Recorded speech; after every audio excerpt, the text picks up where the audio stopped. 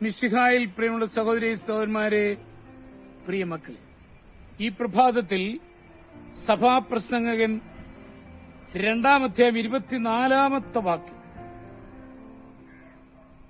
The book of Ecclesiastes chapter 2 verse 24, തിന്നു കുടിച്ച് സ്വന്തം പ്രയത്നത്തിൽ ആനന്ദിക്കുന്നതിനേക്കാൾ നല്ലതായി മനുഷ്യന് വേറൊന്നില്ല. ഇതും ദൈവകരങ്ങളിൽ നിന്നാണെന്ന് ഞാൻ ഗ്രഹിച്ചു. ജീവിതത്തിന്റെ മാറ്റു വർദ്ധിപ്പിക്കുവാനും സന്തുഷ്ടമാക്കുവാനുള്ള ഒരു മാർഗം ഇവിടെ കാണുന്നു. അധ്വാനത്തിൽ നിന്നും പ്രയത്നത്തിൽ നിന്നും ലഭിക്കുന്ന ഒരു ആനന്ദമുണ്ട്. അത് നമ്മൾ അനുഭവമാക്കണം. ദൈവം മനുഷ്യനെ സൃഷ്ടിച്ചത് വേല ചെയ്യാനാണ്. അലസന്മാരിലും വിശ്രമം ആഗ്രഹിക്കുന്നവരിലും സാത്താൻ പ്രവർത്തിക്കും. മടിയന്റെ ഹൃദയം പിശാചിന്റെ പണിപ്പുരയാണ്. ചെയ്യുന്ന ജോലിയിൽ ഏകാഗ്രത വയ്ക്കുന്നവർക്ക് അതിൽ നിന്ന് ലഭിക്കുന്ന ഒരു ആനന്ദമുണ്ട്. അലസതയല്ല, അധ്വാനമാണ് സുഖം തരുന്നത്. ദൈവം നമ്മുടെ ജീവിതത്തിൽ അധ്വാനത്തിന് അവസരം തരുന്നു. നാം അധ്വാനത്തിൽ നമ്മുടെ ജീവൻ വെക്കണം.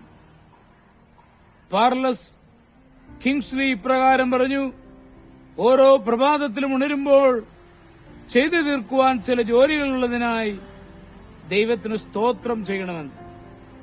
ചെയ്യുന്ന ജോലിയിൽ പരമാവധി കഴിവ് ഉപയോഗിച്ചാൽ കഴിവ് വർദ്ധിക്കുകയും വ്യക്തിത്വത്തിൽ അതിന്റേതായ മാറ്റങ്ങൾ സംഭവിക്കുമെന്നുള്ളത് തീർച്ചയാണ്.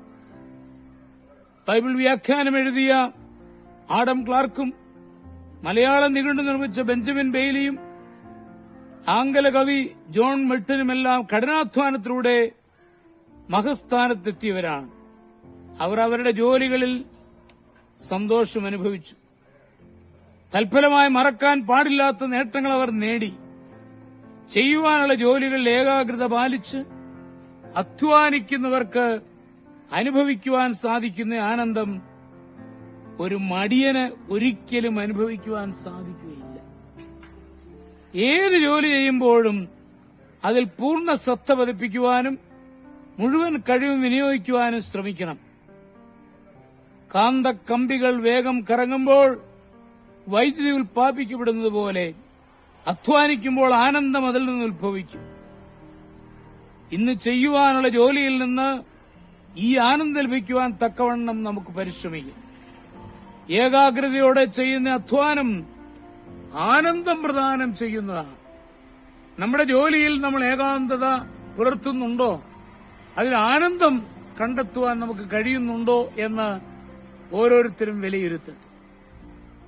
നമ്മുടെ കർത്താവ് ഈശോ മിശിഹായുടെ കൃപയും പിതാവായ ദൈവത്തിന്റെ സ്നേഹവും പരിശുദ്ധാത്മാവിന്റെ സഹവാസവും പരിശുദ്ധ അമ്മയുടെ മധ്യസ്ഥതയും ഞങ്ങളെല്ലാവരോടും കൂടി ധാരാളമായിട്ടുണ്ടായിരിക്കും, എപ്പോഴും എപ്പോഴും എന്നേക്കും.